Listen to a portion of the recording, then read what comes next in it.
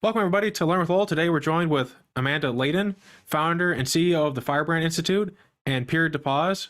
We're going to get into her work and her thoughts today, and I want to thank everyone for tuning in. Amanda, welcome to the show. Thanks for having me. Sweet. So, for people who don't know, there is this thing called a pink tax that exists, and when I first read of it, I was like, why does this exist? This seems weird. It seems kind of unfair, but at the same time, maybe it does make sense considering the people who make laws. So, but can you define can you define what the pink tax is, your thoughts on why it exists, and then let's go from there. Yeah, there are certain items we buy, and by we, I mean people who identify, excuse me, it's still early in my time, so my voice is waking up. But people who identify as women, we get taxed on certain products that men don't get taxed on. It could be as basic as things like our deodorant. It could also be our, feminine hygiene products that we need. There's a lot of different products that fall under that. And why does it exist? That's a great question. It's because I believe that we are based on a system which is more of a patriarchal system. And at any point in this conversation, if you find value in it, please subscribe. It is hugely beneficial, and it tells Google and everyone out there that this is content worth watching. Thank you for everyone thus far who has commented, liked, subscribed, and told their friends. The people that make the decisions and make the laws decided we're going to tax these things because we can. We also, as women, we are the largest consumer of goods in America. We make most of the decisions. We make 80% of the buying decisions, 80 or 90% of the buying decisions. Don't quote me directly on that. It's probably shifting every month, but it's a problem. It's a real big problem. And, just if we put that aside and we just take it down to feminine hygiene products, anybody who has a uterus that has a cycle, that has a period every single month, needs certain products. We just do, that's our biology. And it's ridiculous that in many states still, I think it's something like 34 states, tampons, feminine hygiene products are still taxed. Like, these are things that we actually need for our bodies to function, and they're still being taxed. It's ridiculous. Yeah. Yeah, it's also being taxed at a premium, like it's like a luxury item. I think in most states, I was reading about one. It's like, it's not like, oh, it's like a 1% tax. It's like, it's still weird if it's a 1% tax. They're like, no, this is like buying like a Corvette. Like you're getting taxed for something quite nice. Right. And these are essential items, right? So yes. there are a lot of change makers and people that are doing a lot of good work out there on the ground that are trying to change the laws in many states so that these products can be either free or affordable. You just think about it from a realistic standpoint of if people who identify as men went through the same thing every single month and they needed something that's essential, I'm pretty sure those laws would be off the books. Yeah, maybe. I'm not for it, so I don't know who are these men who think that it's appropriate. I just wonder, who sat down and thought, you know what, let's tax this as a premium for this group of people that, everyone has women in their lives, like these women aren't going to come and say something to them, Right. I mean, you think about it, the work that is being done around it in the legislature and the legislatures across America. One of the ways in which they've been able to combat the tax or take it off the books is that they are going to the men that are the legislators or the, people in the states and saying, do you have a mom or do you have a sister? Do you have a daughter? More often than not, the answer is yes. And then they explain why this is very ridiculous. And imagine if, your wife, mom, daughter had to choose between, getting this essential product or something else because the tax didn't allow them to afford that, had to choose between food or, a tampon. What would you say to them? And they're like, well, that's ridiculous. Nobody should have to choose. And people do have to choose every single month. And, it's something like you can buy a chapstick, which isn't taxed, but then you have these essential items, which are, so yeah, it's wild to think about. And it's an issue that does affect many people in America. Yeah. It doesn't make much sense to me to make it harder for people to live and prosperous and have a good life, especially when, it's like, I think when I was in college, they would just like throw out condoms like candy. It's like, why is that free? But this stuff that people need, and it's a big deal if you don't have it. Like I think, I think it's in history they talk about like managing, cycles just as that one thing to focus on is like the managing cycles, and then like the pill is like some of the biggest things in allowing women to I don't know, like stand up or whatever. I don't know like the correct words. I'm not a woman, but there were turning points in women history where when they had the pill, when they had reproductive health and rights, that things generally like improved for women. Oh, absolutely. I mean, yeah, I mean, you just think about if you are a woman and you identify as that, what you go through every single month. And if you didn't have access to that product, could you go to work? Could you take care of your children? Could you go to the grocery store? I mean, there's just basic things that people need in order to live and survive. And so taxing that at a premium, or not having, as you said, like people are throwing out condoms in college, not, why not? Why not in every workplace across America, regardless of where you work? Why aren't there free tampons or free pads or free whatever people need? It's, you go, like when I work on site with clients a lot. So when I go to the bathroom, I'm looking around just to see what is there for people to have access to. And it's a basic thing. I have a client that's manufacturing, and, it's very interesting to see their bathroom situation, and what are they giving the female employees that need to come off the line to go, if they're in the middle of their cycle or whatever it is, are they actually offering those products to these people that are hourly workers that, need to go back on the line and work? And oftentimes it's like, no, they don't exist. They're not there. There's other things in the bathroom, but not tampons, pads, and everything else that people need. I think of it, if I was an evil, selfish person, offering these things would be the most evil, selfish thing I could do, because then people would go back to work faster and be Right. healthy, happier to do more things. But people don't think that way. It's like they're the dumb type of evil, selfish, where they don't think if you give people the things they need, they can do a better job, or just live happier, which results in better results. And employers are afraid to talk about female issues, right? So anybody, again, who has a uterus, most people are going to have a period, end of story. There's like no getting around it. That's our biology. It's what happens. When we go into offices, with Firebrand, when we talk about diversity, equity, and inclusion and belonging issues, and there's things that just have been taboo. Employers aren't talking about periods. They're not talking about menopause. They're not talking about, you know, uh, diseases that women might have, like endometriosis. They're not talking about how that affects their quality of life and work, and what they can put into place to accommodate women to be able to have a more comfortable work environment, to be able to approach their bosses or their employers about any type of issue they might have. If they're not providing the basics, then they're certainly not having those conversations to see what could be accommodating for the people that are actually doing the work, whether it's at the highest levels or down all the way down to the manufacturing floor. I think the one thing that really surprised me as over time, I don't know what this is, but my female friends will tell me we'll have conversations about these things, and I think it's more like their boyfriends and husbands don't, and I don't care. Like, I'll talk about anything. If it affects your life, I want to hear about it if it's negative. And so one thing that I heard is that it's a real struggle even when they talk to doctors to get them to care. You have to like find there was one person who had to see 3 or 4 different doctors just to find one that would listen to her and actually try and do some tests to figure out what was causing the problem.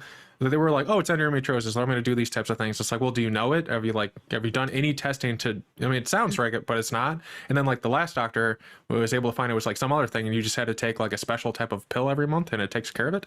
But it took 4 doctors. And so imagine going through your day and you have to take time off to go to the doctor 4 different times. Yeah. And like, you don't have that much sick time in America as a standard. You don't have that much vacation time. And that's just to get the thing so you can stop suffering. And then the doctors themselves, while you're getting there, imagine you do have all that build up to get there, and then they're not even listening for 3 of the 4 of the 5, whatever it was. And that was really surprising to me, like how hard you have to fight to get there and be ready. And then the doctors themselves, or in this case, it's also like the job like offering not the flexibility to do these things, but there's like multiple things that are getting in the way, and then you still have to fight to be heard and get the treatment you need to be healthy and happy and have a good life. Yeah. It's just crazy. I mean, it happens time and time again, with period to pause, my other company that I run. I have a podcast where I talk to people about issues mainly in the healthcare system, and also helping to equip women and other folks to gain their voices back and take back their agency. I have a disease called adenomyosis. It took them about 20 years to diagnose me. And I probably saw, oof, 15 to 20 doctors over the years who just told me nothing's wrong with you. You just have bad periods. Adeno is a disease that doesn't get diagnosed very frequently because doctors aren't trained in it. OBGYNs don't know what it is. It's still to this day, I'll go to a doctor and they're like, you have what? What is that? And so just imagine, for people who can see me, I'm an educated white woman. And I was like, so I've been dismissed for 20 years in this system, 20 years. And I suffered greatly, like the disease is debilitating. It happens with your cycle. So every month when you have your period, I would literally be doubled over in pain, vomiting, couldn't move. And this happens every single month for 3 days, every single month for 3 days. So I run my own business. So I'm able to manage my schedule and see clients when I want to see them, or I would have to manage my travel schedule around when I was getting my period as well, which is ridiculous because doctors dismissed me. And I'm like, you know what? Listen, I know something's wrong. Like, this is not what other women are experiencing. Like, is everybody else doing this? Like, every single woman in the world who has their period is doubled over in pain, vomiting, can't move, needs pain meds every single month. This is what other women are experiencing. That can't be right. And so finally I found a doctor who was like, wait a second, you have these 4 things that are presenting themselves. I think you have a disease called adenomyosis. And so I managed to go and get an MRI. Sure enough, I do. And, but by the time they caught it for me, it was diffused, meaning it was everywhere in my uterus and it was starting to grow into other organs. So it was too late for them to do anything for me. And part of why I do what I do with Period to Pause is because not only do I want to educate doctors and clinicians and people to have a more human-centric approach to patients, I also want women in particular to be able to understand how to use their voice to navigate a system that was not set up for them in the first place. So, I think about those folks that, we were talking about manufacturing, for example, we can go back to that.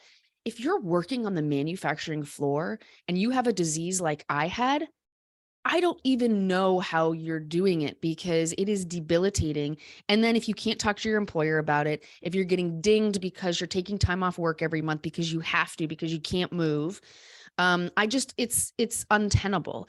And so I have this belief that until we really start to give equity and access to healthcare for women, we can't be equitable anywhere else in society. We can't be equitable. We can't have pay equity in organizations. We can't do it because we're not even talking about the issues that we face on a daily, monthly, annual, throughout our lifetime basis. And then we have a system which still says, oh, the woman doesn't know her body. And let's tell her she doesn't know what she's talking about. She's hysterical. She doesn't know what she's talking about. Yeah, that was the big label. As you look back in history, when women would be acting in a way that some people didn't like, they would just say, "Oh, you're being hysterical." I think even Rose, is it Rose Kennedy? Like one of the Kennedys, like Joseph Kennedy, JFK, etc. She was acting a little hysteric in their view until they lobotomized her. Like, yes, yeah. And so you can imagine that times like Affinity, all these different people having similar things go on, where it's like, oh, you're having a problem. Oh, well, you're just being hysteric. Calm down. And I'm glad things are better now. I'm glad we don't live in those times. But it'd be even better if people didn't have to make those trade-offs. Like, am I going to be able to keep my job this month, or am I going to suffer? Like, right. That fundamentally, that's what you're doing. Like, am I going to go to work, underperform compared to everyone else who's not having this problem, and then get dinged on this, make less money than other people because of this? Because for whatever reason, employers, for the most part, they're not. When they deal with in mass, they don't really seem to be good at looking at people individually and thinking, oh, okay, they're having a down day, but 9 times out of 10, they're doing a great job. Yeah. Why do you focus on that 1 in 10? I think that may be a human thing. But then I hear about what's going on in Amazon manufacturing, where people are having to go to the bathroom in bottles and stuff. Yeah. Or when there's a tornado coming, they're not allowed to leave. And it's like, I don't understand how companies can get in the way of people's health and their ability to live in this way. And I think maybe that's like a corporation thing, because I'm reading Howard Zim's. I had it somewhere near me. Howard Zim's history of the U.S., like people's history of the U.S. And it's like, well, I wonder if it's like a systemic thing where the U.S. was built on corporations. Like we're all like that's kind of how we were. And so like maybe that's like our paradigm. Like the U.S. is really built for corporations. Then over time, people have been demanding more and more stuff, and we've been getting like more people as the center of things. And like that's maybe the trend. I don't know, but it is weird that the corporations can just run ham on people for so long and for so pervasively to the point where like people like almost like work to death. Yeah, I wonder if there's going to be a time in the future where corporations or organizations are going to start to be fined or be responsible for the stress and the duress they're putting people under. I mean, we're seeing it a lot right now, right? I mean, we just came out of a pandemic where people weren't connected and people are going back into the office. Organizations are calling their folks back into the office, not thinking about the repercussions of what that looks like. We're seeing an unprecedented amount of burnout and stress with folks. And part of it is because of the demands. And I think also, society and the world is changing at such a rapid pace. Think about like Chat GPT, how quickly that that came out and was adopted, and what that's doing to the workplace. There's these advancements that are happening all the time, and yet we're expecting human beings and their brains and everything else to keep up with what's happening. And then there's further demands with all of the change. And then organizations are still expecting this level of productivity without saying, wait a second, how do we look at these people like human beings? Because that's what they are. And figure out a way to accommodate them so that we're not putting them under such an immense amount of pressure and stress and burning them out. I don't know. I hope in the future, more organizations start to take stock and say, how do we actually still, from a point of view of, yes, of course, they still want to make money, but how do we also put the human being first? I'm seeing a shift in more socially conscious organizations where that is starting to happen. But yeah, you're right. I mean, it's the history of how we got to where we got to. It is fascinating. And also it's like, well, what's the future of all of this? Mm-hmm. My one avenue I think about sometimes is that what if some of these like mega corporations, these monopolies, just grind people down to extract as much value. I mean, that doesn't sound too surprising, it's capitalism, but Right. and then AI can come in and then do that work and they won't complain. And then so people are left with these like potentially generational trauma for hundreds of years. And like the corporation is kind of like living like these Elysium type, places with like a couple of fat cats having a good life. Hopefully that's not the case and things go in a better direction. But that I could see that being a real possibility, which is sad. Yeah, I mean, you bring up this concept of intergenerational trauma, and it's real. We talk about it in terms of like our bodies, our soma, how we hold things in our body based on what our grandmas, our moms, or whatever, whomever passed down. We also see it in terms of human behavior and what people are afraid to do in organizations. I think about it in terms of when we walk into an organization that has a really crappy culture, a really toxic culture.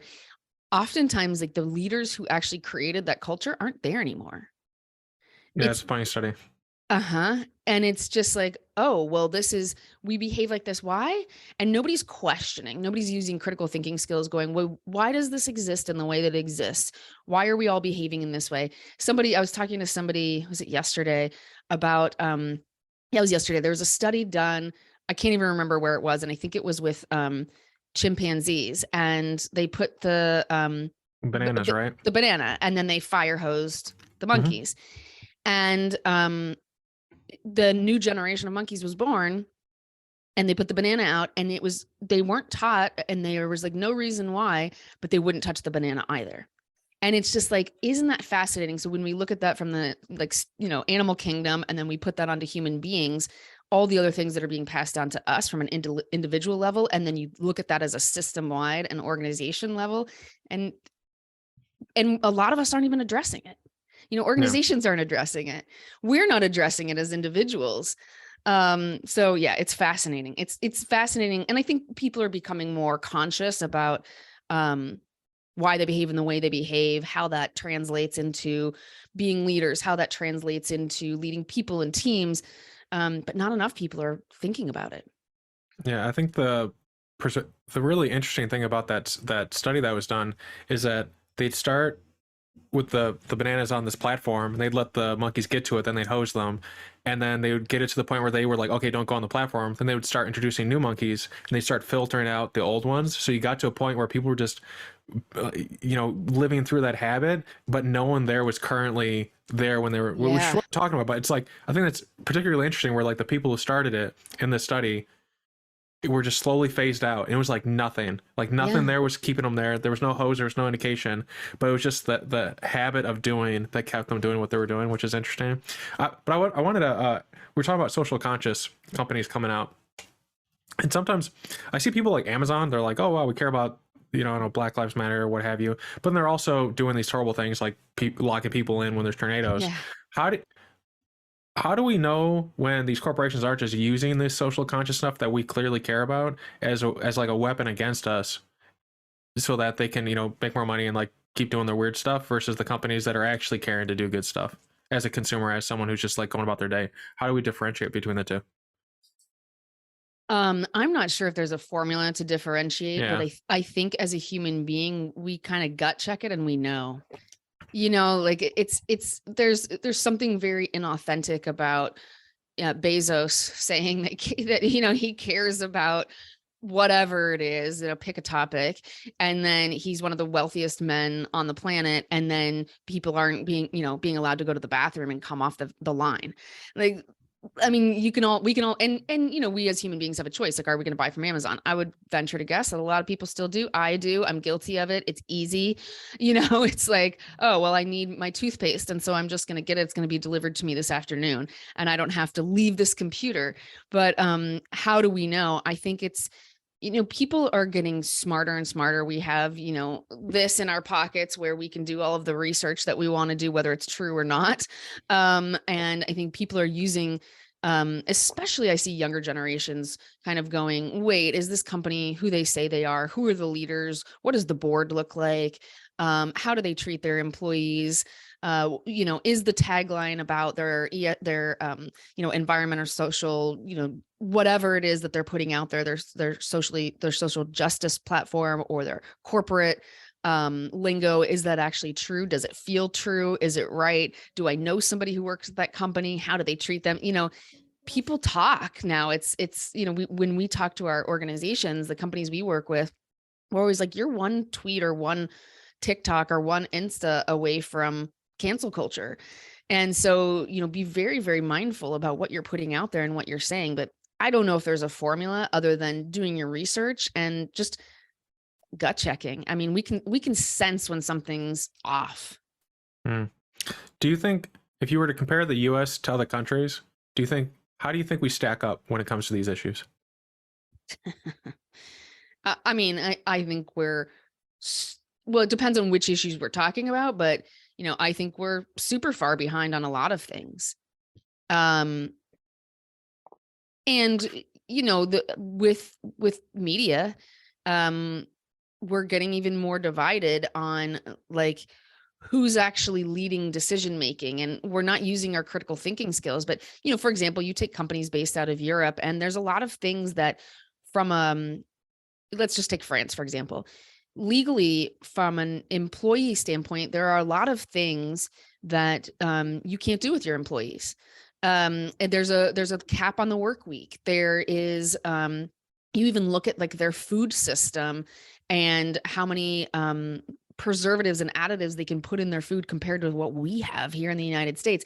There's just basic things where they're looking at society as in a system as a whole, because it's all interconnected, that we seem to have somehow, some way in America, because of capitalism and the way we're brought up to be very individualized, we've forgotten that all of these things are interconnected. And so when we make one decision over here, it's going to affect something over there. So, I mean, I think we have a long way to go with a lot of things. Okay, let's go back to where we started. We were talking a little bit about healthcare and being dismissed. I mean, is there anywhere in the world where the healthcare system is perfect? No. However, you would think that we as human beings would want to look at giving people basic healthcare and having it be a right for people. In a lot of countries, it's a right to be able to see a doctor. people here in America can barely, as we were talking, you have to take time. If you have 2 weeks vacation, if you have that, if you're an hourly employee, you might not even have that. You have to take time off to go see a doctor to get something diagnosed. And that's why we're seeing people get sicker and sicker and sicker, because people can't afford to go do that. Just basic human things. You're like, why, how did we get here? Oh, because there's a lot of companies making a lot of money off of us staying sick. So I don't know if I even answered your question. I went around a long way. But yeah, I think we've got, just in general, I think in the world, we need to kind of, I'm wearing my human shirt actually today, but we just need to get back to basic humanity. Yeah. Are there states in America that you think are like moving in the right direction? It seems Minnesota's on fire in terms of being progressive. They're having fun over there. I think, I think there's some places where we can take, some lessons. I'm not sure that any state is getting everything right all the time. And politically speaking, people are going to be pissed off one way or the other. It's like, I'm in California. So there are some things we're doing here. I guess the governor in particular is looking at some things around the environment. We've got a real issue here with drought, and, the Colorado River is drying up. And, there's a lot of issues here that people are starting to tackle, but it's not necessarily the politicians that are tackling it. It's oftentimes communities that are saying, well, our landscape, for example, has changed, or we can't farm this crop anymore, and we need some help and supports. What I see, it's less about the people that are in the positions of power in the political spheres, but it's really the groundswell of people in communities that are starting to make a difference. And it gives me a lot of hope when I see that, for example, there's something going on here in California with an indigenous community, where their land, they're not able to, farm something right now. And they've taken to, working together to try to find a solution. It makes me think about, there's a book called Upstream. I don't know if you've read it. And it's about, how we critically think and start to solve problems upstream rather than downstream. And so, each of us, whatever our issues are, whatever we think is going on in our community, wherever we want to see change, we all have a voice, and we all have the ability to make a difference, if we choose to do that, and not leave it to the external forces. But yeah, if you haven't read the book Upstream, it's really interesting, because it's like, we have, I think to a certain extent, we're losing the ability to critically think. One of the biggest things that employers say to us all the time when we go into their organizations is the skill we need people to have is critical thinking. And it's like, okay, well, great. And how do we help instill that in folks? And how do we help them problem solve in a way that really creates new systems, innovation, everything else? And it just got me thinking about the book Upstream, because it's like, why are we trying to solve something downstream when we can look at it before the problem actually exacerbates itself? So, yeah. So I don't know. I'm not sure that anywhere is doing, any state is doing, I don't know. I'm sure somebody has a scorecard and a grade of what states are doing better versus the others. What I see is when people at the community level start to say, this just isn't working for us anymore. We see it in organizations now too. Employees are feeling more empowered to say, why does this system or structure, why is this in place? Like, this doesn't make any sense. And that's where I see like the biggest change. That makes sense. I think that as one a lot of California problems are like kind of obvious ones to solve too. If you guys just did desalination plants like what they did in Israel, you guys would be a net surplus of water and everything would be great. But they started doing them in the 90s, then closed them down because they're like, we'll never have droughts again. But Oops. A couple of years ago, a thing happened with Roe v. Wade, and as some listeners are going to know what this is, some people aren't. And so if you could just tell us what was Roe v. Wade and the significance of it as it relates to women, and then we'll dive into it. Yeah. So, I mean, it was a case that came before the Supreme Court, and really gave women the access really gave women the access to have to have safe abortions. and became law across the United States. And then a year ago, so we're in June now, a year ago, the Dodd decision. So that was at a federal level overturned. And so now where we are is that states have the right to deny women access to abortions. And so state by state, we're seeing, I'm not a legal expert. I should put that out there. I'm not a lawyer. I'm not a legal expert. So there's plenty of people out there that actually know the ins and outs of this law and the legalities of what's going on. I actually interviewed somebody on my podcast recently who has the intersection of tech and law, and she is tracking what every single state is doing. And it is a lot of work and it's wild. But yeah, what it basically says is that states can go, nope, we're not going to allow any access to abortions, or we're going to say at 6 weeks or at 12 weeks or whatever it is. And so obviously, you know, that's affecting a lot of women across the country, and it's mainly disproportionately affecting women of color. What is the Dodd decision? I know about Roe v. Wade. I don't know about Dodd, actually. Well, that's a great question. I'm like, I should have, I'm actually gonna read it because it's, because It's all right, we can skip it. Yeah, no, I mean, I am not a legal expert. But really what it basically said is that so the court issued a decision, June 24th, 2022. And it basically reviewed the constitutionality of Mississippi's Gestational Age Act, so banning most abortions after 15 weeks of pregnancy, with the exceptions for medical emergencies and fetal abnormalities. So Dodd actually came through, and then obviously that overturned Roe. So that was a case that happened in Mississippi. So, you know, people really should do a little bit of digging and research into it in terms of why that is important. Because, you know, for almost, how many years was that? 40 years? 40 years? It was like 50 years with the Roe v. Wade one. I know, like, wasn't it 1973? Yeah. Yeah. So, I think it was like something like that from the 70s. Yeah. I know Roe v. Wade like was upending something from the 70s. I know that much. Yeah. Roe v. Wade was 1973. So however many, whatever, close to 50 years. I can't do math that quickly. It's all good. Yeah, women had the right to get a safe abortion. Now, what we're seeing, obviously, is that what's happening is that where that is really affecting women is, for example, if you are, you know, we'll go back to the manufacturing case, you know, if you're, let's say you work on the line and you already have 2 children at home and you're barely being able to feed your family, and then you get pregnant for whatever reason. I mean, pregnancies happen all the time when people have sex, and even if sometimes they're using contraception, they still happen. And so, you know, let's just say that you make a decision that you can't have a 3rd child, and you're in, for example, a southern state right now, you're going to have a real problem not being forced to have that child because you no longer have access to abortion. And it's really kind of scary.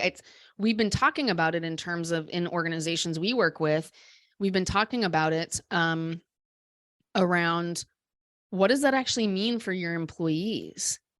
What does it mean for your employees to be able to not have access to healthcare? What does it mean for your employees to have to have another child and not be able to come and work? What does it mean when women are, you know, being forced to, again, let's say have a 3rd child, and if they're not able to care for that child, there are not enough support systems in place to help families in America. And even outside of whether you believe women should have safe and healthy access to abortions or not, there's just not, I mean, we don't have mandatory parental leave in America. We are so far behind all of the rest of the world where they give parents time off to care for their children. You know, there are people that have babies now, and they have to go back and work 2 or 3 days after they've had a child in this country. That is ridiculous. And yet we say that we're a country that actually cares about families, and we don't, because we don't have daycares in place for children. There are other countries in the world where they give access to childcare and preschool and pre-K and all of those things for free to whatever family in the country needs it. And so you see that these children are able to grow up healthier. I mean, just think about, and I know I'm getting off track a little bit, but think about like what happened with the formula crisis recently. What was it last summer too? So, there was a shortage of baby formula in America, and there were some laws on the books that we couldn't get formula from other countries based on, I don't know, something historical. And so finally, Biden lifted that so that we could get formula from like China and other countries. But the people that suffered the most were people in underrepresented and underprivileged communities, because once formula came into America, the people that had the means to actually get access to the formula to feed their children were able to get the formula. But then we have places across America where we have food deserts, and where there's low income communities where they don't have access to things and they weren't able to feed their children. Like, these are the things where it's like, we're so focused on the wrong thing, I think. Even with the Dodd decision here, and, obviously, like I said, we're coming up to a year now where it basically overturned Roe. And we've got this unnatural focus on something when we could be focused on how do we help support the most underrepresented communities to be able to actually feed, clothe, house, and school their children. Like, I don't know. I mean, I think we've gotten off track in terms of, again, going back to being human. How do we help support humanity in a way that is effective? So yeah, so back to now, what's happening in certain states. I don't have my eye on every single state in America. What I know is that there are a lot of grassroots and other organizations that are still trying to help women to be able to have safe and healthy access to abortions for whatever reason, whether it's they can't afford another child, whether the child or the fetus that they're carrying has some type of defect. We're hearing also just stories of just sheer it's just awful, like the things that women are having to choose right now, their life or the fetus, because they have an ectopic pregnancy, and in Florida they won't treat them because it's considered an abortion. So they won't. A woman literally got told, wait until you're bleeding out, sit in the car, wait until you're bleeding out until you can come in and we can care for you. In what world is that okay? Like, so anyway, I mean, that was a long rant and ramble about how we started, which is Roe v. Wade and Dodd. And now states have the ability to regulate whatever they want to regulate and take away rights that had been on the books since 1973. Yeah. Can you steelman the benefit of states deciding if they want to regulate it, either pro or against abortion? What was the question? Sorry. Can you steelman how the states being able to regulate it themselves would be a good thing?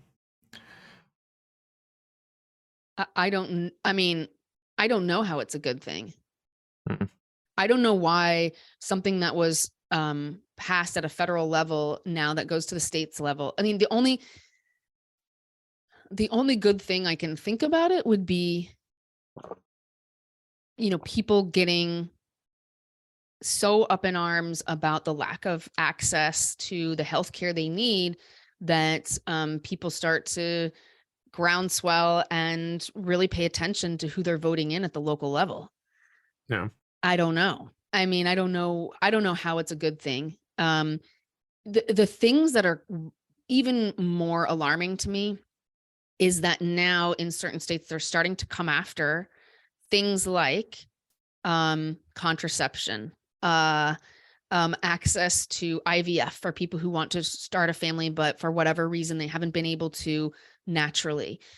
Those are the things that when I interviewed the woman that was on my podcast, she was saying those are the things they're watching because, it's like, okay, this is whatever the siren call for certain communities for the religious right, whatever, abortion is the thing, but that's not really the thing. I mean, abortion wasn't even an issue until the late mid 80s, mid to late 80s, where certain politicians were running for office, and a community of evangelicals were like, wait a second, let's figure out how we can create one issue and rally people behind an issue. And abortion became the issue. Up until then, it wasn't even talked about in religious circles, right? So it was actually a way for them to put a candidate into office and create a single issue that people could rally behind. There's a couple of podcasts and things out there where they talk about this, and it is fascinating how the marketing machine of like politics hung on to this to become like the siren call issue for a certain party and a certain religious sect. But it wasn't even an issue until then. Nobody even talked about it. Like, it wasn't like, oh, this is a thing that we can't, we can't do in our communities. People were having safe and healthy abortions. So anyway, I don't know how it's I don't know how it's a good thing unless people really start to pay attention to local politics. I don't know. Yeah. Is for some reason Planned Parenthood is synonymous with abortions, but I believe it does more than that. Like, it does more than, it's like maybe like 2% of what they can actually do. Like, Yeah. most of it like not related to that. So can you unpack what Planned Parenthood actually is about? Because I think that's also one of those things that they, like, people who are I guess it's not pro-choice, that's the other one. I don't know what the other one is. Thank you. They seem to not like Planned Parenthood. Yeah. And I don't know how historically Planned Parenthood became synonymous with abortions, because they do a lot of other things. They really help women who may not, may be low income to, get access to having their annual pap smear, or to being seen for a multitude of reasons, helping them even if they are pregnant throughout the pregnancy to get the care they need. So they really have been, in terms of communities and where they've been kind of situated in communities, they've really been helpful for women to be able to have access to the healthcare they need in general. There's a lot of things that we as women, just based on our anatomy, that we have to check, we have to be mindful of.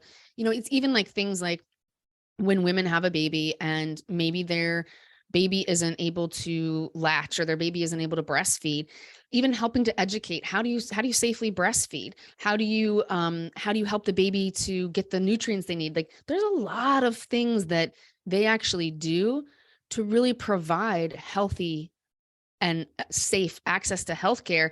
And they're needed for a lot of communities. So you're right. It's like 1% or 2% of what they do is abortions, but somehow they became synonymous with that. And I'm sure it was at one point, just somebody trying to go after them for whatever reason, but they're important. They're really important for women in certain communities.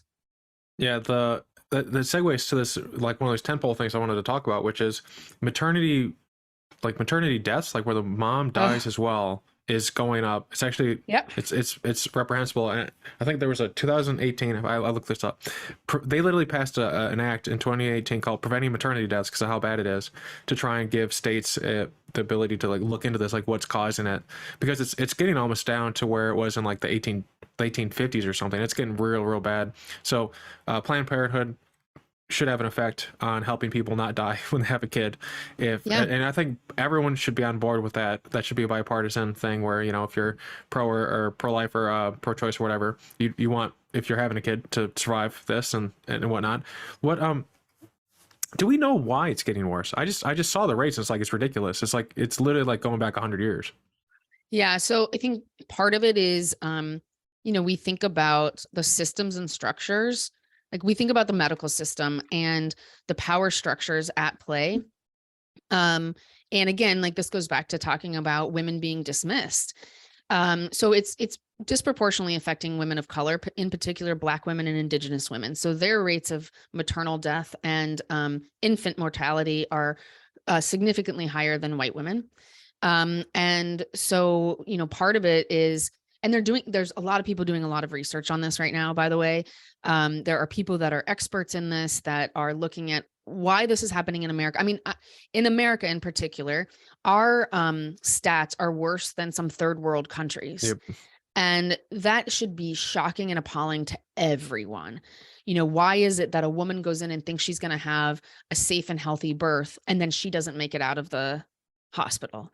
So there are some policies in certain hospitals that are in place. For example, that a woman can't be in labor for longer than 36 hours. Okay, well, why? Why? It's a policy in certain places. Why? Nobody That's weird. knows. Yeah. So even if a woman is starting to dilate and, looking closer to being able to have the baby, they'll automatically give her Pitocin, which speeds up at birth. I know several of my friends who have been given Pitocin where they've had to have an emergency C-section because the baby's heart rate is dropping and they need to get baby out as fast as possible. When that, I mean, it's like not one person, I know it's several. So it's like, wait a second, there's a problem there. And why isn't anybody addressing that issue? The other thing is, so there's a woman who wrote a book called Birthing Liberation. Her name is Sabia Wade. The book is a really fascinating study on why this is happening, particularly to Black women, and what it is, like the trauma. And there are a lot of laws that are racist laws that came in the United States. Historically, with the slave trade, women came over from different parts of Africa, and they were called granny nannies, but they were doulas. And so they were very trained in childbirth and helping women have safe and healthy births. And there were laws passed because in the southern states where they didn't want these granny nannies to continue their practice and pass down their historical knowledge. And because the medical system was becoming the medical industrial complex that it is. And so they were like, if these women continue to have births at home, then we're not going to be able to make money out of childbirth. Right. So it goes back to, being in this capitalistic society and having a system that was never set up for women in the first place. Did I glitch again? No, you did a little, like you froze a little bit, but yeah, I could hear you through the entire way, so that was fine. Okay. I'm like, why is this so glitchy today, Southern California? Yeah, but it goes back to, the systems and structures that were set up. You've got to look at, I always think you have to look at who set up the system in the first place and where's the money. And so, yeah, I mean, I'm not a historian. I'm also not a researcher, but there are plenty of people doing amazing research out there right now to get to the bottom of why this continues to happen. And again, there are a lot of factors at play. I think one is a power play. You think about who has authority in the hospital, it's the doctor. And what do doctors look like? Often to this day, they're still older white men. And they've been trained in a certain way, and they're not trauma informed. They're not informed on the intersectionality of human beings. They're not, there's a woman I heard speak about a year ago or year and a half ago, and she is one of the only Black female IVF doctors in America that owns her own clinic. One of the only.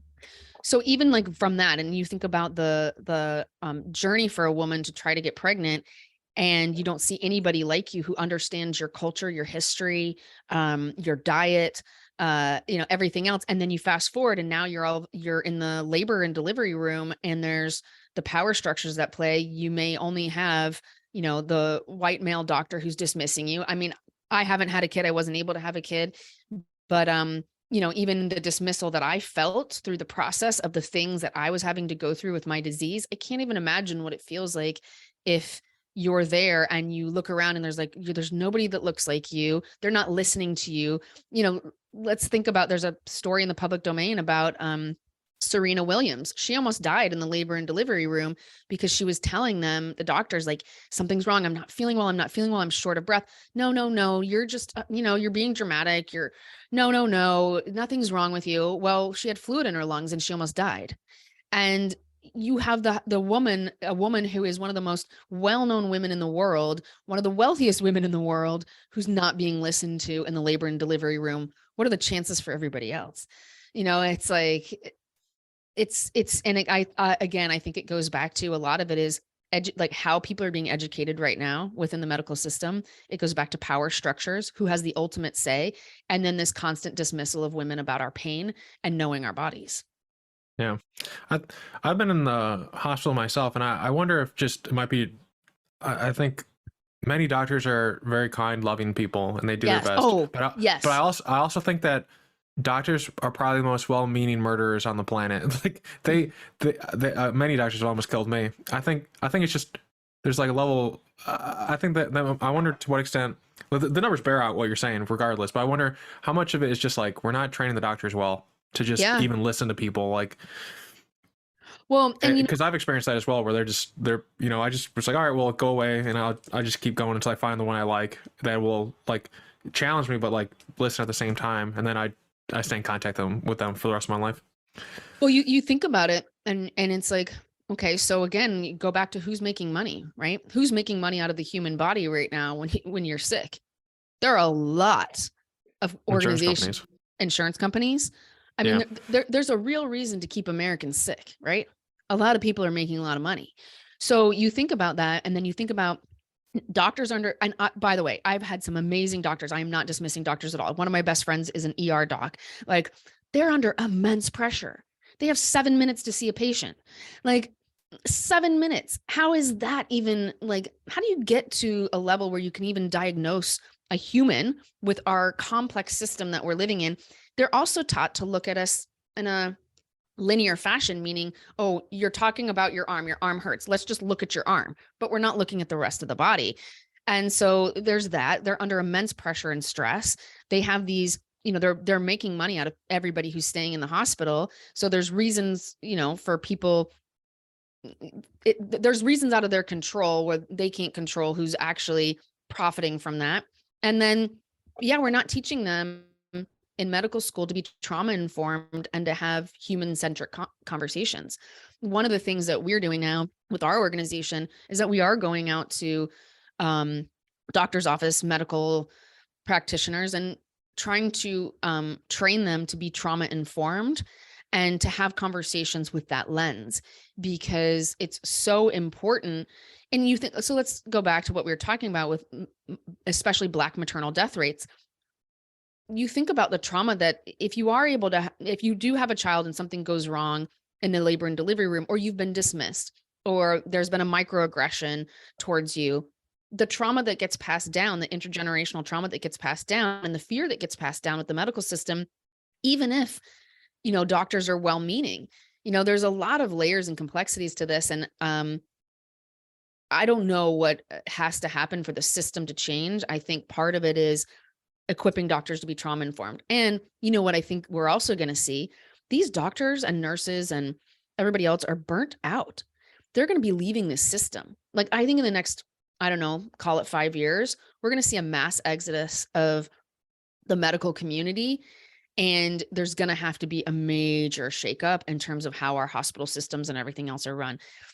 I'm seeing it already. I'm seeing a lot of doctors come outside the system and try to go to, individual payer type models outside of insurance. But then we have a problem there, because then we further delineate who has access and equity, who has access to healthcare and who can pay. And then we're further, with other communities, we're further alienating them because they can't afford that. So we've got a major issue. Yeah, I think AI and that type of stuff will help, because they'll be able to sift through information and make it easier as a tool for doctors to spend less time, but also more impactful time with people. And then hopefully more doctors and stuff will step in. It is interesting when you look at the history of insurance in particular, that it was doctors who blocked it. Originally, doctors were like, well, we don't want the government having like one, like, United Healthcare. They blocked it because they were like united against it or whatever. I forget the specific reason, but they basically were happy with the existing structure. And at the same time, our our healthcare as it exists now, as insurance, etc., came from World War II, where you couldn't pay people more, so you'd offer people bonuses. And so I wonder, considering women made up the majority of the workforce in America at World War II, because they were coming into it, I wonder to what extent women were a part of the development of it, because they were like trying to rope them in as well. But knowing how things work, I wouldn't be surprised if maybe they offered the healthcare benefits to like the men, and then like the women got like kind of remedial opportunities as well. But I do know that World War II is where we really started seeing these things come about. It was basically the insurance. Your business was like, oh, I can't pay you more, but I can offer you your doctor for like a nickel instead of $10 or whatever, and stuff like that came from there. But yeah, I think AI, this might be one of those areas where AI, machine learning, et cetera, will make it so that the load on doctors decreases so they can actually do very meaningful work. Because I think doctors have one of the highest suicide rates of career professions. It's less than veterans, but it's quite high. Well, and I don't think any doctor comes into the field to be like, I want to dismiss humans and not do a great job. They come in from an altruistic standpoint. Every doctor I know, a lot of doctors I know, I should say, knew they wanted to be a doctor from a very young age, that they wanted to help people, right? They come into it with that view, and then they're put into this system that isn't working for anyone. My concern with AI, with all of this, is who's training the machines. So if you don't have representation within AI, with people that are doing the programming and everything else, that becomes an issue too. We see that. We've seen that play out, right? We've seen it play out with identification of humans. We've seen it play out in different ways. So, in order, I think, to have, again, true representation, we really need to be able to bring more people into the STEM field, so that everyone is represented, and that we're looking at human pathology in a different way. So yeah, I mean, I hope, I think that it will help a lot of especially like you think about radiologists, for example. That sometimes things just aren't visible to the human eye. So helping them to be able to diagnose certain diseases at a faster rate. I think that would be incredible and amazing. Where I also get a little bit concerned is where the funding dollars are going. Are they going to diseases? So you think about right now, like what's on the market, right? How many pills are there out there for erectile dysfunction? Like how many times do you hear a commercial about that? How many pills are out there right now to help women with endometriosis? How many pills are there are out there right now to help women with fibroids? Or there aren't. They don't exist. And so we have to think about where the funding dollars are going to as well, in terms of how do we tackle some of these things that are really, like we were talking about, endometriosis or adenomyosis, really debilitating diseases for women. How do we ensure that early on we're putting the dollars where they need to be, so that we can help human beings to be able to live happier, healthier lives, and not enough of it is happening. It sounds like a business opportunity. If there are not drugs in this way, then there's a lot of women out there with as we discussed, massive purchasing power. It sounds like an opportunity for some enterprising people to come in and build companies to help develop therapies to help out women in those ways. Yeah, and there are a few companies out there right now that are starting, especially, I know one with Endo right now, where they figured out the cell biology in terms of how the cells are actually operating. They kind of mimic cancer in a way, but they're trying to bring a vaccine to market, and they're an early stage company. But in order to do that, you need a lot of money, because you have to do clinical trials. There's a lot of things you have to do in order to make sure that something like a vaccine for endometriosis works. Where we're watching the funding dollars go right now is it to the B2C companies, like period trackers and things like that. Those aren't necessarily solving huge issues. I mean, how many period tracker companies are there out there right now? I don't even know. A lot.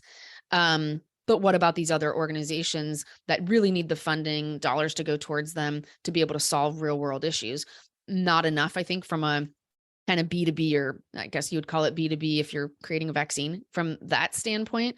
But you're right. I think there's a lot of enterprising people out there that are, especially women, that are going, this is a problem we need to start to look at and start to solve, because this is affecting a lot of people's lives. Are you looking at venture capital dollars, or are you talking like NIH funding? Well, so VC a lot, right, is going more B2C. And also with VC, you've got to think about who makes up the VC companies and what they care about. And, there's a lot of times I've heard it from women time and time again that are pitching them, where the men just don't understand the issues. And so they don't feel like it's a problem. So they're not looking to put money behind it, because why is it an issue? So there's that. And then NIH as well. I don't think NIH has like a dedicated arm specifically of like women's disease research. Like, I don't think it exists. They put everything under the umbrella of like everything to do with women is like women and children and like women in maternal care. So I mean, that's an opportunity right there too. Why don't we have something that's really focused on some of these diseases? I don't know. And maybe it's going to take a woman to run the NIH. I'm not sure, but yeah, I think it's both. It's both and. Yeah. I imagine from the NIH standpoint, you wouldn't necessarily need a woman to run it. Or I think you just need their budgeting to change, and then they would be required to run it differently. Right. Yeah. So you just would need to lobby and bother people a lot. Yeah. Yeah. Yeah. It sounds like, some of us who are out there talking about some of these things are getting more, I'm not a doctor. I'm not a medical professional. Like, I'm not an expert in any of it. It's, my period to pause was born because of my disease and because of what I experienced in the medical system. And then I was like, wait a second, what is everybody else experiencing? Like, I'm an educated white woman, as I said, and like, oh my God, what is everybody else doing? And one of the things I talk about is, my disease, ultimately, I ended up having to have my uterus removed because I got to the point where my doctor thought it was going to burst and probably take my life or cause some other internal damage. And when I got the bill for that surgery, so my surgery was done by a surgeon, but a robot, and which was also fascinating because when I walked they wheeled me into the OR, they pointed out the robot because I'm allergic to one of the drugs that they normally give people before they wheel them in, because I can't take it. It's the amnesia drug. I lose like 3 days of my life. So I go in fully like awake and aware of what's happening. And they pointed out the robot and I was like, what? That's what's going to be operating on me? I mean, it was wild to see. But anyway, when I get the bill, my surgery cost $196,000. That didn't include anesthesia. That didn't include the anesthesiologist. Now, everybody going through this surgery needs an anesthesiologist. You are under in my case, I was under for 3 hours. You could be under for shorter or longer, depending upon how difficult the surgery is. $196,000. I was like, what? Now, I was an emergent case, as I said, but you think about people who don't have health insurance, and if they have to go through that will take them to their knees. I mean, I don't know. I think a lot of America, is living, paycheck to paycheck, or a lot of people living below the poverty line. And then if you're a woman where you have to get your uterus removed because it could take your life, and then you get hit with that bill, what do you do? I think you can appeal, and then you can itemize the bill and then argue with them point by point. There's also you could also, depending if you have like time up front, I believe like nowadays, like they're making it so like hospitals have to tell you how much things are going to cost. So you can kind of get a sense, like I said, 100,000, maybe it's like 97,000, but that $3,000 difference adds up. But I believe that there are, you can like really, talk your way into reducing your bill significantly. I know people who've talked it down like 97% when they don't have insurance. So then they're just left like, of 100,000, like, $3,000, and that's a little bit more manageable. I can imagine it's just daunting for people. I think that's what I was saying is like, if you get that bill and let's just say, you're back to my example of like, you're on the line, you work for Amazon, you work in manufacturing, wherever you work, and you get the bill and you're juggling children at home and you're trying to get back into health, and maybe you don't have a paycheck because you are an hourly worker, and then you have to go fight the system. People aren't doing it because they don't know they can. And two, it's just like everything else is overwhelming. And by the way, when you have a surgery like I had, it's an 8 to 10 week recovery. So it's not, I mean, it's a major surgery. It's not like, oh, we're just going to take out your uterus and you can go to work the next day. No, you can't lift anything that's above 5 pounds for 10 weeks. You can't, like, I couldn't walk my dog, because he's 50 pounds and he could pull me over and rupture something internally. So it's a big deal. And then you feel like crap. And then you're expected to go and fight the system. Like, it's just not happening. I think if anyone's going through that right now or knows someone who's going through that right now, the one piece of advice I would send your way, assuming you're open to it, is find someone who cares. If you're talking to someone and you ask for their help and you can tell they don't give a shit, stop talking to them. Stop reasoning with them. Stop trying to get them to care. Find someone else. Don't, like, I think a lot of times people try to get someone who doesn't care to help, and they're going to do as minimal as possible to not lose their job. Like maybe a little bit more if they're like really good, like maybe 20% more. But like, imagine if you're in that case and you don't care, how much more are you going to do for someone who's, yelling and having an upset, like admittedly justified upset that their bill. You're going to do as much as you can to get them off the phone and then like go talk about canasta or whatever the heck you're interested in. So don't stop until you find someone who cares about you, and try to figure out if they care either about you or what you represent to them. You can generally say, if they do not care, do not talk to them, find someone else. And then find one person and then work from there. That's my piece of advice. Everyone else, do what you will with it. Well, when I share my story and I talk to women about this, I say, anytime you go into the medical system now, have an advocate, whether it's a parent, a friend, a spouse, have somebody else advocating on your behalf, because when you're going through this, it's very overwhelming. There's a lot of information coming at you. And so the biggest piece of advice I give every woman is have somebody else with you, have a note taker, have somebody who, when you, like, I had my surgery during COVID, right? So I was married at the time, and my husband wasn't able to come with me. So I had to go in there alone, right? I had to be there alone. And so I didn't have the opportunity to have anybody by my side should anything happen. However, what I did do, I wasn't convinced my husband was going to be able to make decisions on my behalf, just based on who he is. And so I actually appointed somebody else on my medical records to be my decision maker. And so she knew her phone was available for the entire time of my surgery. A couple of reasons why I did that. One, as I said, I didn't think my husband would be able to navigate a decision in a crisis. The second was I have 2 small aneurysms at the base of my brain. So the hospital where I was at had to have neuro on site in case I bled out or I had a stroke during the surgery, because when you have this surgery, your head is below your heart.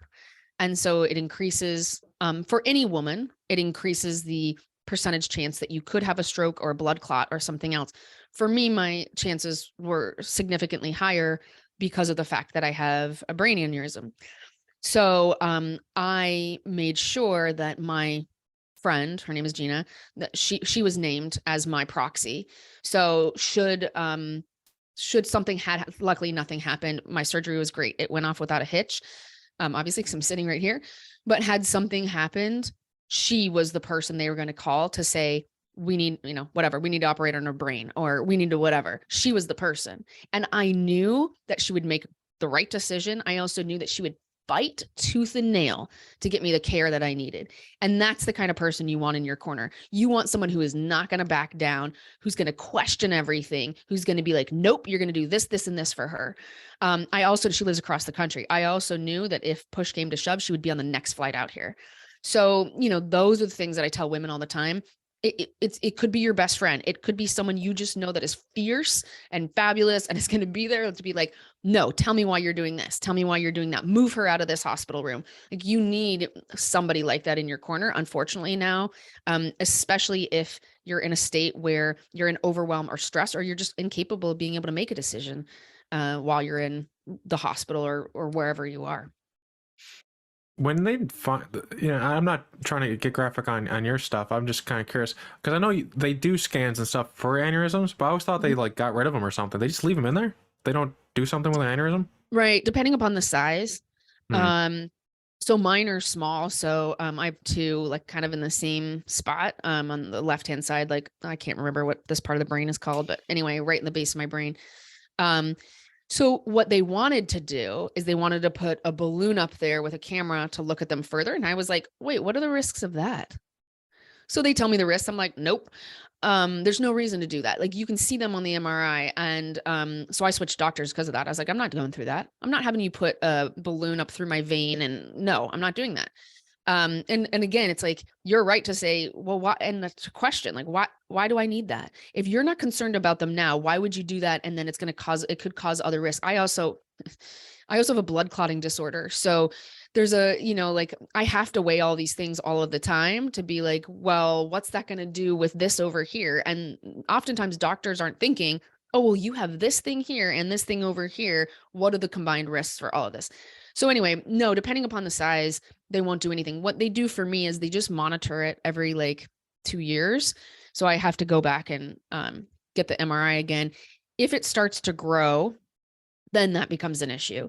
But as long as they stay kind of how they are and not, too much growth, then they're fine. They won't remove them. I thought the concern with aneurysms was that they would explode or something and kill people. What do aneurysms do? Yeah, that's right. I mean, so if they're small, they just like chill. They just so chill. Yeah. So like you don't have like added risk of like someone pushing you or something.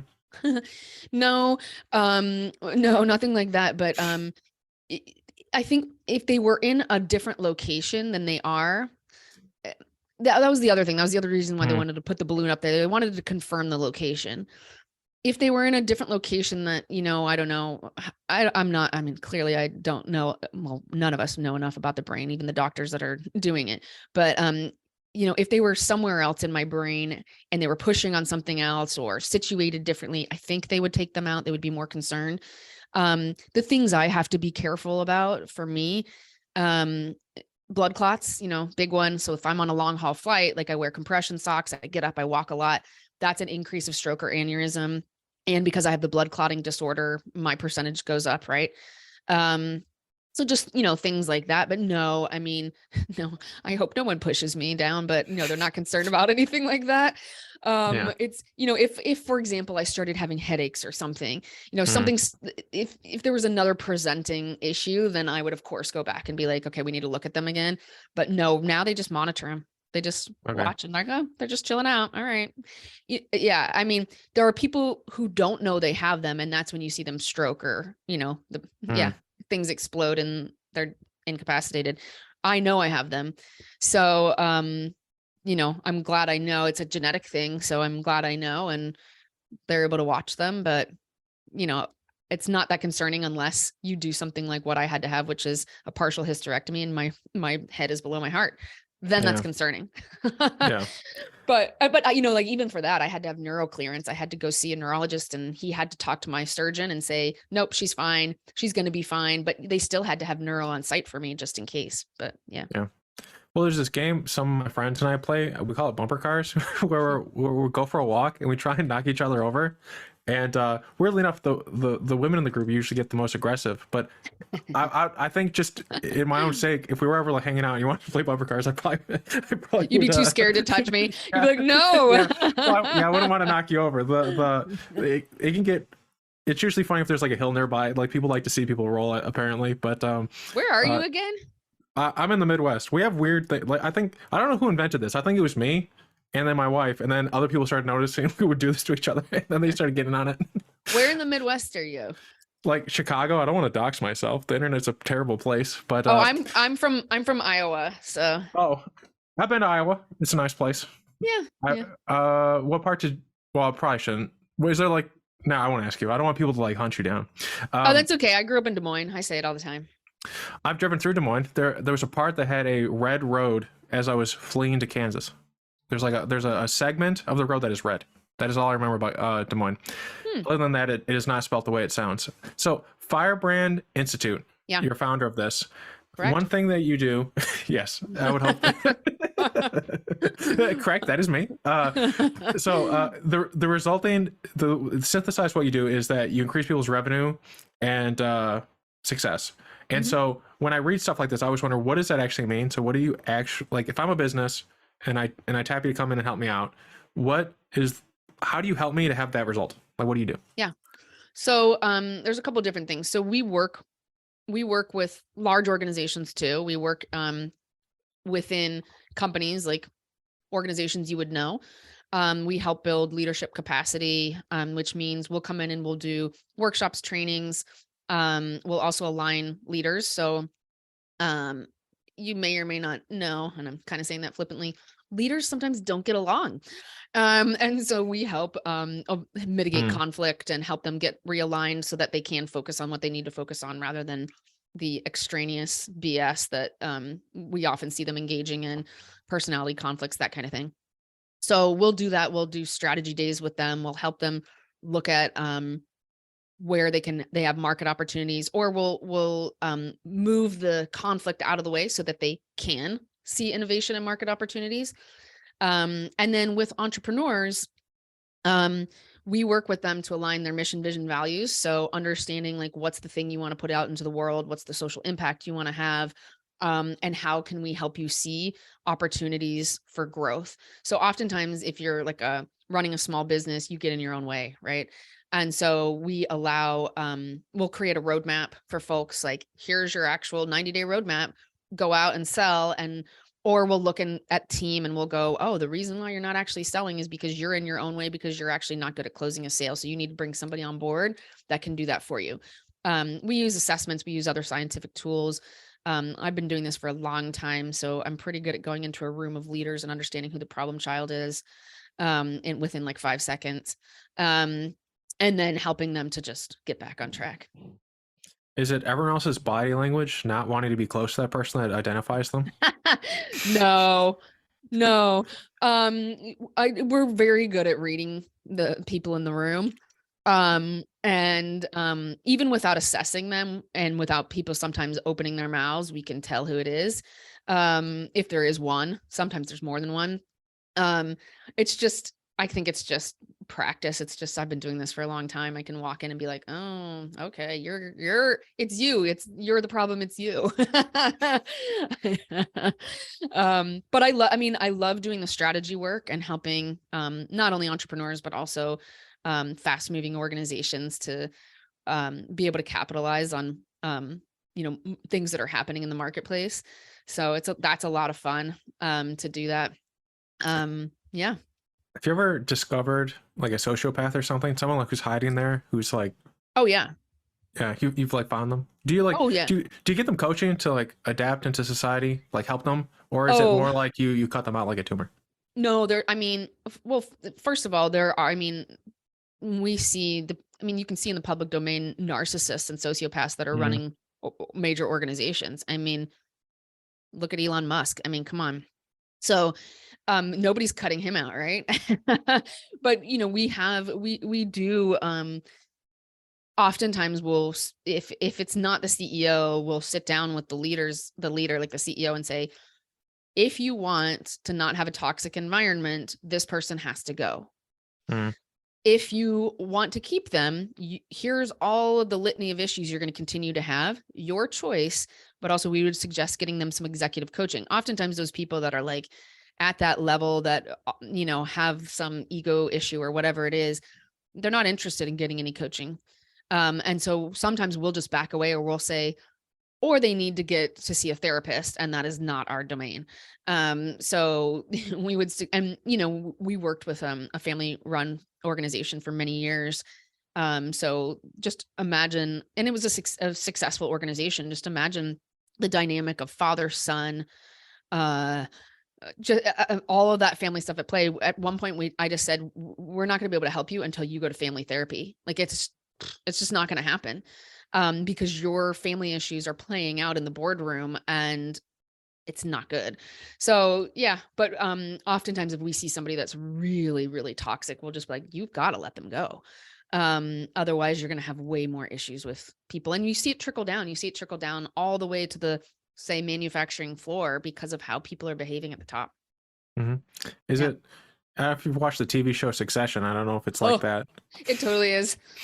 Totally. People were watching it and they're like, I was getting like texts from friends like, oh my God, this is what you do, isn't it? You go into these organizations. I'm like, yeah, or like Billions, if you've seen Billions. I'm like, yeah, basically, we try we try now to really make sure there's a values fit and alignment with our organization. We'd prefer to work with more conscious leaders now than those who really don't care about humans, and will do anything at all costs to make people feel like shit. We try not to work with them anymore because oftentimes it's like, well, whatever we say or do, you're not going to do anyway. And you're not even interested in growth, and you're not even interested, like, your own personal growth. You're not interested in that and changing your outlook on how you treat the human beings in your organization. So sometimes we'll say no, and we'll be like, no, we can't help you. Yeah, I like I said at the beginning, I think it's weird if you think just like, what's the most selfish thing you can do? Just treat people well. It's like if you want to be the most evil person, be the most evil, nice person in the world, and the world, it'll generally be like the world will go better for you. Like your life will go better. People will work for you better. People around you will enjoy you more. Like I feel like the most selfish thing to do is just be nice to everyone. Like to a level. Like don't let people take advantage of you. But like anything to the extreme is kind of inappropriate. But I feel like sometimes I meet people like that. It's like, why don't you treat people better? When, well, don't you want them to do these things? Like, yeah. Well, if you treat them this certain way, they will do these things. It's like, but like the connection's not there. Like, they just want to be grumpy people, I guess. I don't know. So, well, it's really hard, I think, in this day and age. I mean, we've become so divided for a lot of reasons, when in actual fact, we have a lot of commonalities as human beings. Like, I think in general, we want to see people succeed. In general, we want to treat, to feel like we're valued. And we've kind of lost, I think, especially the past few years, we've lost the ability to step into somebody else's shoes and to ask questions like, maybe they're just having a bad day, or maybe they're going through something, and I should be more compassionate about my response, towards them, or my response. Like, for example, I'm seeing it like, people, everybody was shut in their house for however many years, whatever. I don't know. Time is so weird now. But then I see people, the way they're treating, like I go to my local restaurant all the time. I love it. I know all of the staff there. I know the owners, kind, amazing people. And I see sometimes the way people are like treating the staff in there. And I'm just like, what is wrong with you? Like, these people are on their feet all day long, serving people, trying to make you happy, mixing up a cocktail to make you happy. And then you're a jerk to them, or you leave them $1 tip. What? Like, it is hard work. It's hard work for them. Like, be kind to them. I don't know. It's just like basic stuff like that, where you're just like, why is that even necessary? assaults on planes went up crazily. And like they were actually prosecuting people and charging them $50,000 and stuff. It's like, I don't know about being in a tin can that just brings out the worst in people. I have noise canceling headphones. I ignore everybody. Even when I see a baby acting up, I just ignore it and understand the baby doesn't know what's going on. Right. But so I know we're coming to the end. What are some, we've referenced some books throughout. What are some books they'd recommend people check out? Absolutely. Birthing Liberation by Sabia Wade. She's on a book tour, I think, here shortly. So maybe check her out. She's based down in Atlanta, but hopefully she's coming to a city near you. It's so good. What is the name of her book? A friend and colleague, Debbie Silber, has a book about betrayal. I can't remember the exact title of it. I was talking about I think Dan and Chip Heath have the book Upstream. I think that's a great book. For organizations that are trying to deal with being cohesive, I think always just an easy, quick read is Five Dysfunctions of a Team. What else am I reading right now? I'm starting to read a book called Letting Go. And it's, more on the personal growth realm of just letting things go that are not serving you anymore. Yeah, I think those are a few. Is there anything that you're looking to learn? I can recommend you some books, or just in general. I'm always looking to learn.